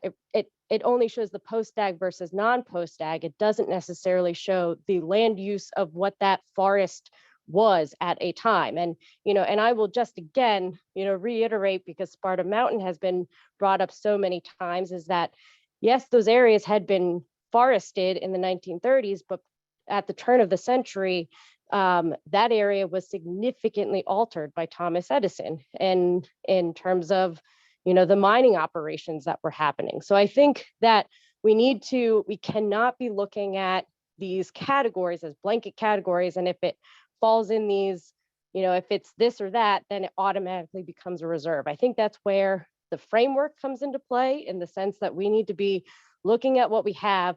They can be good starting points, but we have to look at what we have, evaluate what we have, and make informed decisions about the areas that we want to set aside as natural reserves, the areas that we want to do more minimal management, the areas that we want to do more active management, and so on and so forth. Okay, thank you, Kristen. Andy, you have your hand up and you are next. Yeah, just a couple thoughts. So number one, just a thought on the carbon idea, though I think it's something to think about. My understanding of additionality is it's based on real kind of documentation information that timber harvesting was actually going to happen. So I don't think most carbon, buyers of carbon in those programs are going to look at New Jersey as being, that there was a significant actual threat that there was going to be timber harvesting on hundreds of thousands of acres. So that would just be a thought about the likelihood of being able to prove that it's additionality. The other thing is just a question for Doug Meckel. Doug, you mentioned proforestation. What is your definition of proforestation? All right, we have to unmute Doug. Where is he? Are you unmuted? There you go. I Doug. see him. I was using the definition as Mumar and Sarah Webb were indicating, and basically using very few management activities, but doing activities that would control invasives, but not removing wood products. So basically letting the forest reach its maximal goal. And there was some attachments in there talking about proforestation. The comment I was going to make is where we might have some agreement. I had some issues with the natural lands program, and I looked deeply at the legislation, and the ecological reserve category is closer to what a lot of people are thinking about. If there was an administrative directive that indicated that new properties would stay in the ecological reserve until they were studied, so nothing could really sort of happen, that might satisfy a lot of people of getting oversight and getting short-term protection until something can be looked at. So that's just a suggestion, because when I was looking at it, I looked at all the steps like that had to happen. But when you look at the two definitions, the conservation reserve versus the ecological reserve, the conservation reserve allows a lot of things that folks would not be happy with in some of this group. But the ecological reserve is an area that I think most people could live with. And I'm just saying that might be a path forward to allow the natural lands area to take in more things, but to direct that all interim designations be in that. So just mentioning that, and I think I covered what I meant by that. So thanks. Thanks, Doug. Just so people know, Christy McDonald is back. Mara had presented her proposal. So if you have a question on Mara's proposal, we could direct it either to Mara or Christy. Right now, Dorothea, you have a question? Yes. I appreciate your giving me the opportunity to speak. I'm not a professional like most of the others on this task force, but having attended hours of these meetings and having begun to educate myself on logging on public forests, I have two comments. First, since this whole task force started because of the fuss over logging at Sparta Mountain, it makes sense to address that here. Right now, that issue has degenerated into a battle of wills between forest advocates and the DEP. There is no reason to proceed with that logging. There is no danger to public safety.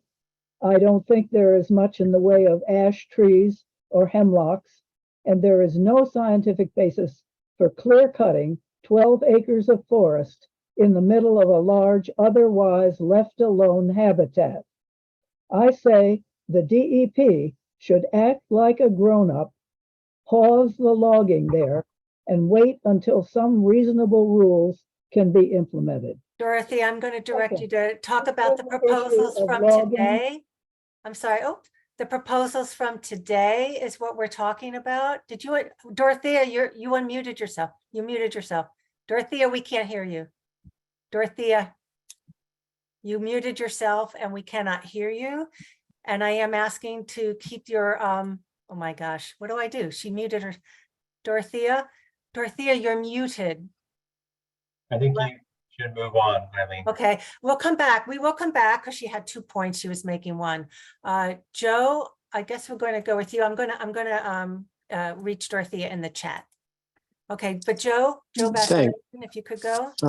Thanks. Yeah, I think Dot was trying to make a point pertinent She to the- is, yes. Okay, great. Yeah.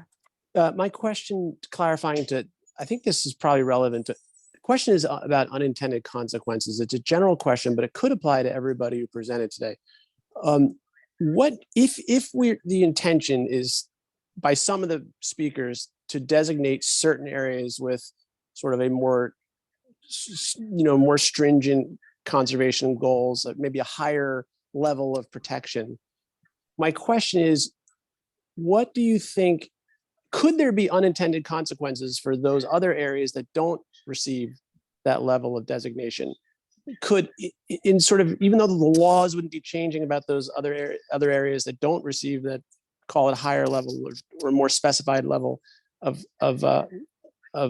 designation, do you think that in the minds and the culture of policymakers, of residents, of even DEP, that those other areas sort of seem to slip down into a second class status where maybe things roll downhill and it becomes a little bit more of a management, recreation, heavy use, free for all, because those areas didn't receive the higher level of designation? So the question to you is, I'm trying not to prejudice it, but maybe I did, but do you think there's a risk of unintended negative consequences for areas that don't receive this more specified designation that you hope? Thank you. Joe, is that for DEP or for one of the proposed? It sounds No, like it's for the proposals. Anyone? I know DEP would have to say, no, of course, nothing would change about any areas that we do because they're still covered under law. I know. I really want to ask the proposers. Okay. I'll start with Emil. It sounds like an Emil question. I'm just gonna take a shot. Emil, do you want to address that? And I'll go to other proposers if someone else wants to answer. I think with the lack of resources that are out there today, that's already happening.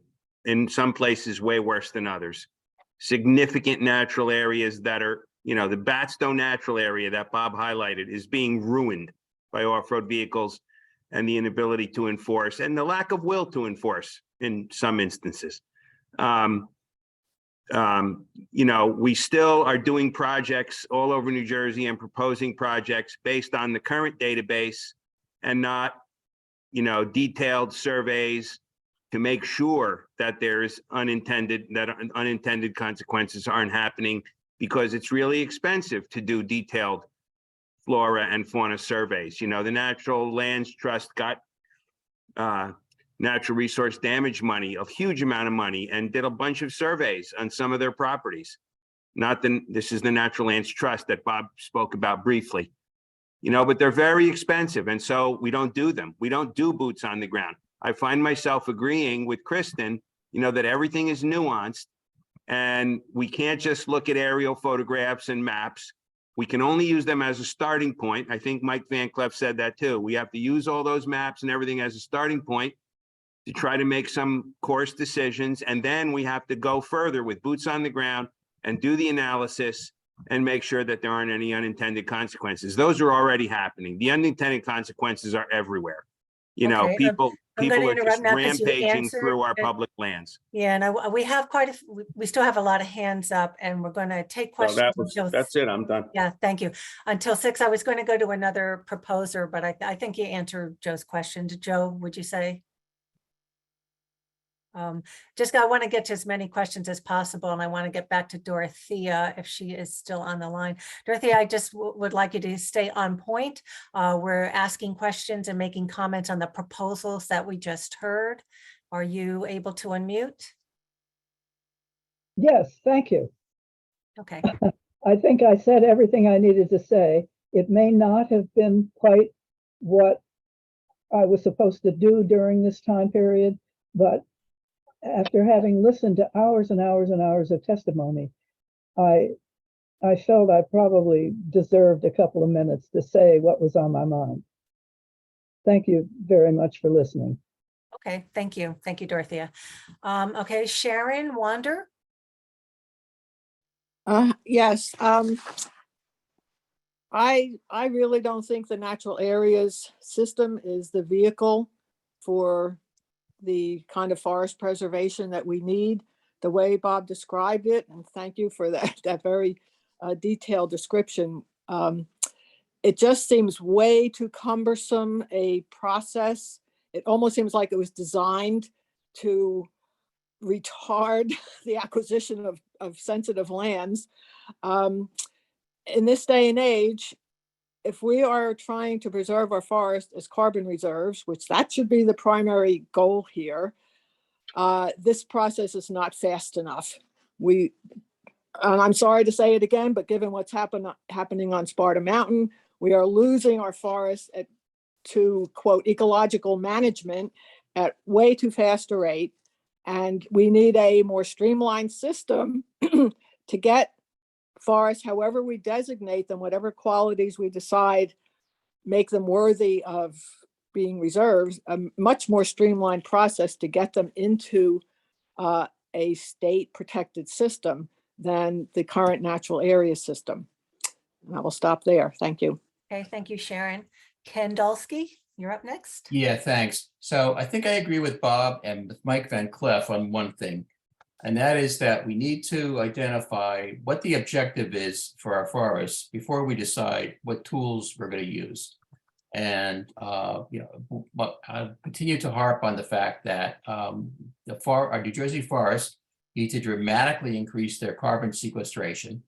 Nobody knows exactly you know, how much is going to be required on public lands for doing that. And to make decisions on, you know, like Vin says about, you know, how we allocate areas and divide it up into 3 different buckets, I think is really putting the cart before the horse. It's kind of, you know, instead of form following function, it's, you know, let's decide on the solution first, and then we'll figure out what the objective is.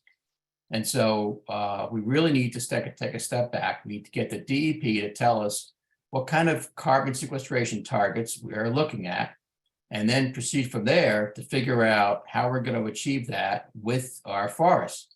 And then I will just again have to repeat that we just found out that, you know, logging is starting again tomorrow in Sparta Mountain. Not only that, but they're going to build a new road of 500 feet, expanding, you know, an old footpath that's going to be highly disruptive, and was going to tear down, take away, you know, whatever it is, 10 or 12 acres of carbon. That's basically, you know, heading towards the atmosphere, because we just can't get our arms around this issue and do something that will actually, you know, achieve what we're trying to accomplish. So, you know, we're just talking in circles until we get that equation nailed down and we start acting on it. Thank you. Okay, thank you. We're going to stop the questions at 6. Just one reminder, because I've heard it a number of times from other people erroneously, that climate is the only thing we're looking at. We were charged to look at ecological health and biodiversity in addition to climate for forest health. That was the charge to the task force, not just climate. Recognizing that some people feel that it should be, and that is your right, but the charge was indeed broader than that. But I didn't say that was the only thing. I just said we need to solve, we need to understand. Oops, that was me. I'm sorry, Ken. I meant to click on Julia. Ken, oops. No, Ken, I'm saying, look, I know we have multiple objectives, and I didn't say carbon is the only objective. I just said we need to understand what's required there. Although you have been on the record saying that climate, and that's your right. That is your right. Well, okay, Tom, did we want this? Sorry. Yeah, I'd like to come back to the question I think this has been a really good discussion. I'd like to come back to the question I put on the table at the beginning of the meeting today. I feel like if we could come out of this with at least resolving that issue, that would be a step forward. And, you know, kind of keying off of what Ken was just saying, the framework already has identified new goals in terms of we're looking for a mechanism to protect maturing forests and provide for future old growth forests for their carbon and ecological benefits. That's a goal that we've embraced and is in the framework. Now we're discussing what's the best mechanism to achieve that, and whether it is a revitalization and modification of the natural areas program or something new and different. Yeah, I've asked you know, Ally to put up that bullet again, Tom, to refresh people on what we actually said in the framework and where we're trying to Yeah. go, just to refresh folks again. She's Okay, gonna put that up. that's fine. So, I mean, I personally feel like based on what I've heard today, that I do think we should support the revitalization of the natural areas program to carry out its, originally intended, purposes. And obviously, I think we heard from Bob, there are some real problems there in terms of, the staffing and the membership of the Natural Areas Council. And it needs an infusion, right? And so I personally think we should support that, but it does feel to me like these goals that we've identified in terms of really wanting to protect maturing forests, provide for old growth forests with a real emphasis on carbon in particular, requires a new approach. And I think it is something new and different. And I recognize the challenges of doing something new as opposed to just trying to modify something that's in place. But I do feel like we're talking about something here that is wholly different and really needs its own focus and approach, where those are clearly the goals. And that I also think that and I'll speak a little bit for I think my sense of where many of the conservationists are coming from in this conversation, where we are talking about places that I think, Bob, you described, what was that definition? Where natural processes proceed with little to no intervention, right? I mean, except as necessary, obviously, to protect the integrity of those places. That I think that is the vision that many of the conservationists have for these set-asides. That these would be places, where the goal would be to let these forests mature and become old growth forests, and to intervene as little and as lightly as possible, and only as necessary.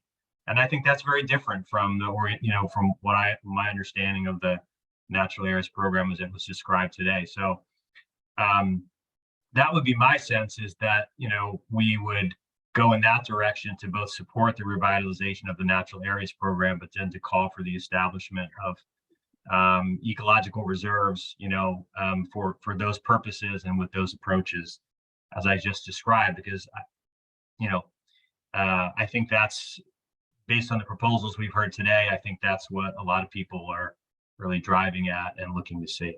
So I welcome the other co-chairs to comment on, what I've just thrown out there, but that's the question that I would like to call as to whether that's the direction we could head in and whether we'd have broad agreement with that approach. Yeah, thanks, Tom. I'll go ahead. I'm a proponent of building upon an infrastructure that already exists, knowing how difficult and time consuming it is to build a new one. And as imperfect a program as the Natural Areas Program is, I think that we could get more accomplished building upon that existing program than creating a new one. Look at all of the discussion around an existing program. Multiply that by 100 or more to devise a new one. So for administrative purposes alone, I am an advocate, and you'll see me with other things in our framework as well. I advocate for something already in existence and reinvigorating it and making sure it works and adapting it. We didn't have climate change when it first came to be. It needs to be adapted and revised to incorporate that priority. So that's where I stand on that. Andy or Anjali, do you want to comment? No, I just want to say that I just echo everything that you said, Tom, and everything that you just said, Eileen. I support it 100%. Well, I think Eileen and I just threw out sort of different ideas there. So, I think we need to try to resolve that. I mean, Eileen, to me, if we were to try to build it in off of the existing Natural Areas Program, to me, there would need to be a really clear new set of directives made to the Natural Areas Program to prioritize these goals that we're talking about as, central to their purpose, and to place like greater emphasis on, to me, that ecological reserve designation, which is one of the two options there within the natural areas program, and not just as a temporary designation, but as a permanent designation. If that component that seems to exist in a way in the natural areas program, and I don't know to what degree that's really been utilized. That was sort of one question I had that I meant to ask, but I didn't want to, sort of there were lots of questions being asked there. If we could really bring that piece of it to life and make that more robust so that it was clearly a priority of the natural areas program to identify these kinds of places we're talking about, maturing forests, provide for future old growth forests, and to place them in that more protective ecological reserve type of designation and to remain in that designation, I think that could get at what many people are driving at here.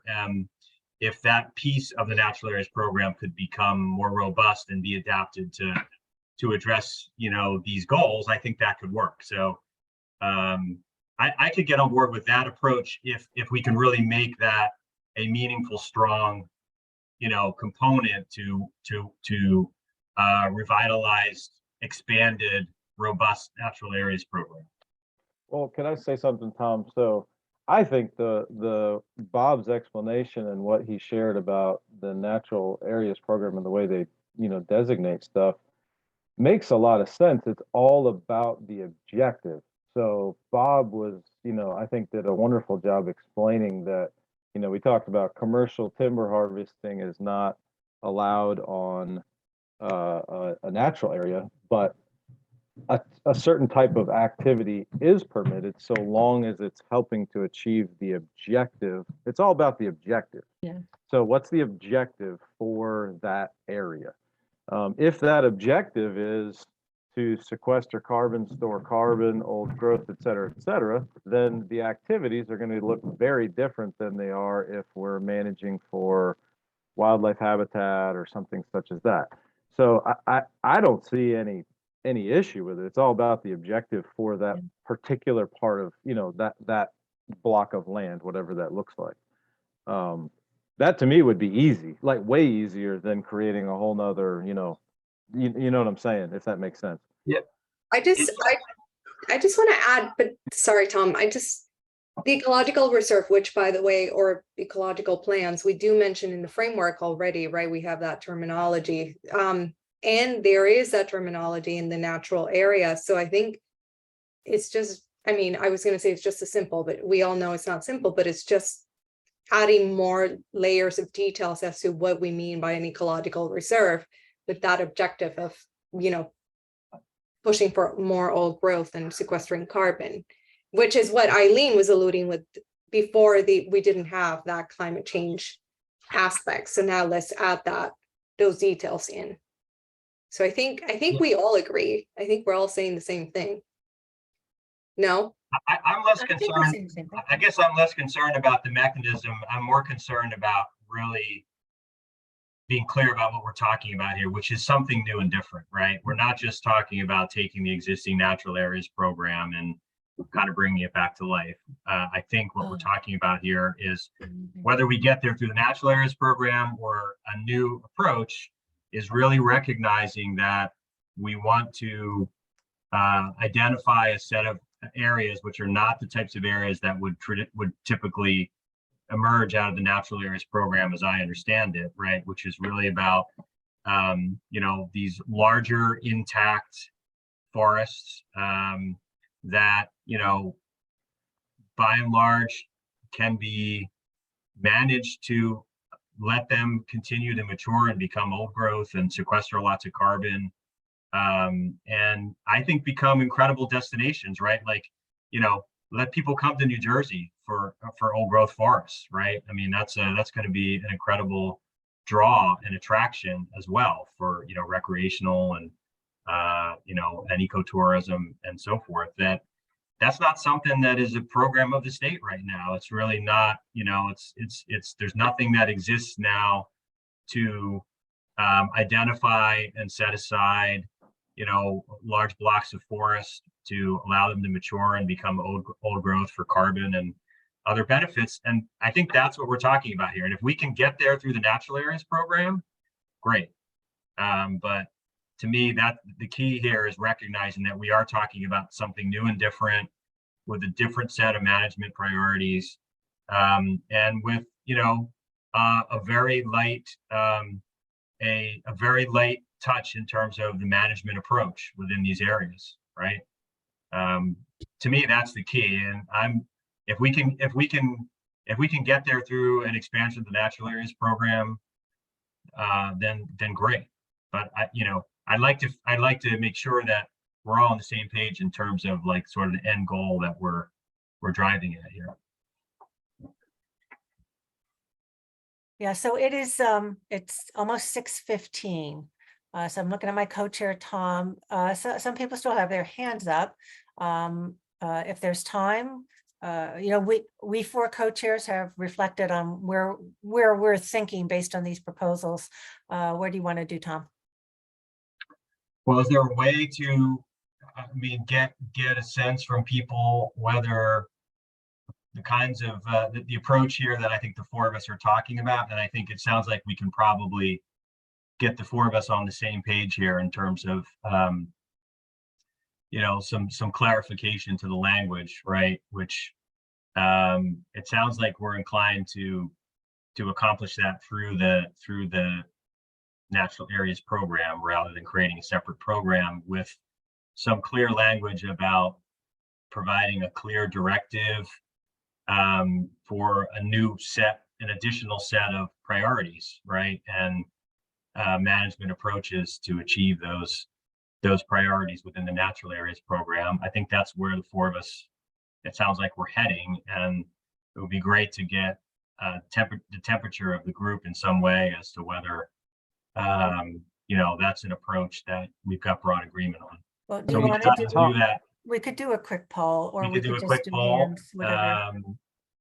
Or we Tom, could just ask people, sorry, Andy, let me just say something. Or we Yeah, could yeah. just ask people that are in opposition to raise their hand as we did yesterday. That's what we've No, done. I'd rather before. reframe it the other way, because we got lost in the opposition yesterday. It just seemed like there were 80 people on the call and 2 opposed, and the conversation was dominated by those who opposed, even though there were 80 people in agreement. So maybe taking the temperature of the room, some people are not comfortable talking, but with a poll, you can reflect a choice without having to raise your hand or without talking. And that's just where some comfort level is for some people who prefer not to speak. So Yeah. you want to do a poll real quick? And that way, the, if you, the other, just one more thought.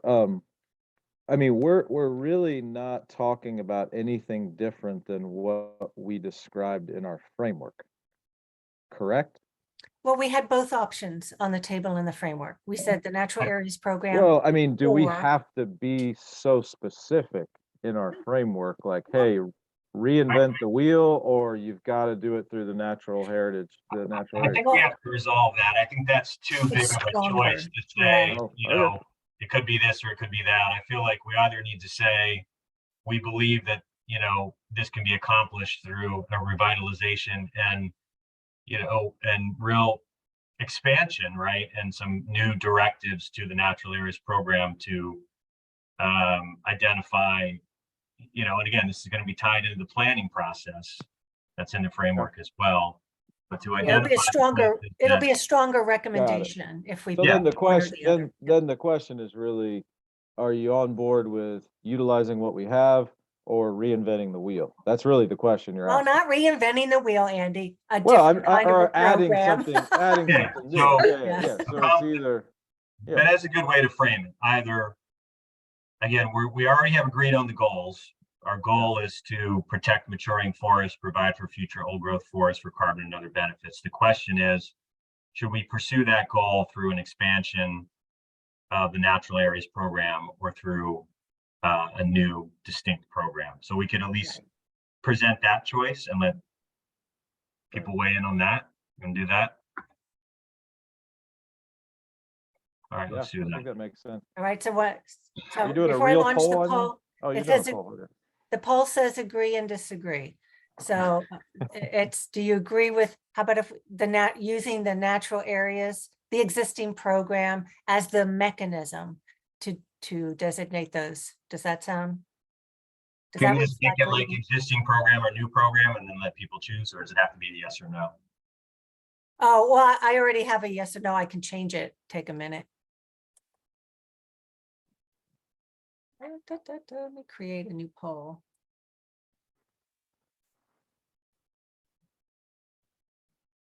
It's funny, Eileen, you set up a poll in like 2 minutes. It probably takes me 20. So natural areas program or a new program. Oops. Oops, where'd it go?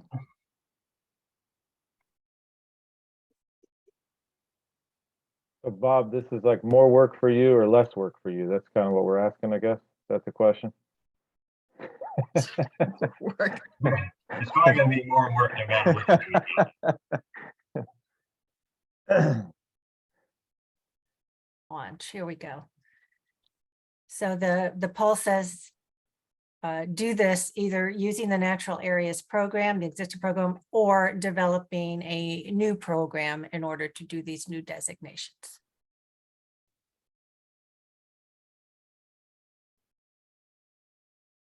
And if it's split, we can just leave the framework the way it is, which I think is not as strong. That's what happens when you're divisive, is that their recommendations become lukewarm. Has everyone who wanted to, fewer than half have responded. And that's okay too. It means people are thinking. People are still on the fence, right? Okay, with only about, so about 75% having participated. This is our results. Okay. Can you see them? I said share. Nod your head if you can see them.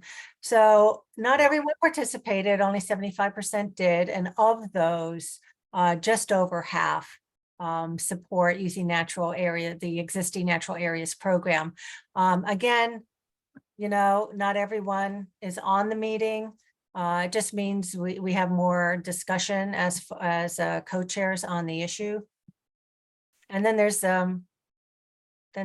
the people who couldn't make it today. We usually average about 100. And there were 80 on the call before.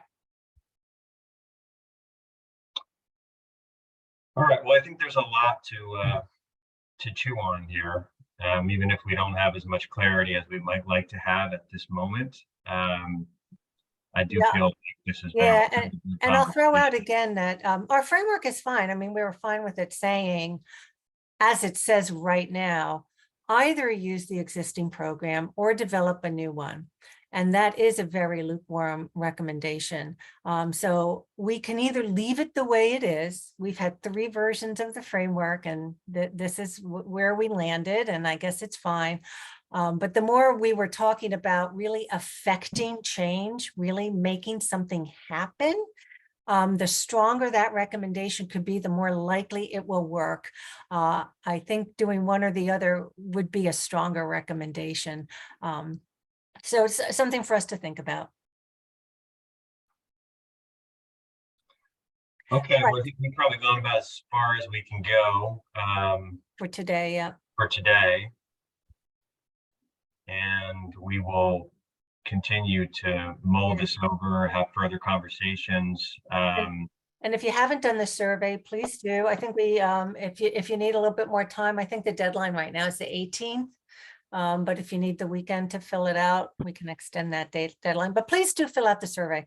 I know it seems like overkill, but the reason we're trying to get this, it's like asking a question. There were so many people involved that it's just the easiest mechanism to give everyone a voice. Normally in a meeting, if you have 5 people, you just talk it out. In order to hear everyone's voice, we're using a survey approach. So thank you for your patience, but please don't disregard this survey because you already answered 2 different surveys. We are taking the comments.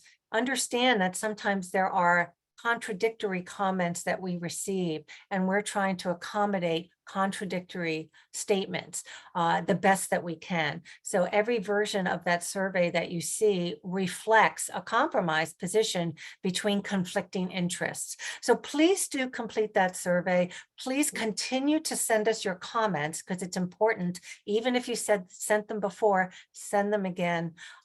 It's important. Your voice is important. Yeah. And I hope people have seen, we have continued to make changes, right, along the way. And, those changes are reflecting conversations we're having in these meetings, feedback we're receiving in the surveys. So it does matter.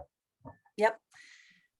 All right. Well, thank you for staying. Those of you who persevered to 20 minutes after our end date, and check your emails. We'll how we proceed, we communicate via email. So thank you again for showing up today. Thanks, everyone. Thank you, everybody. Thank you.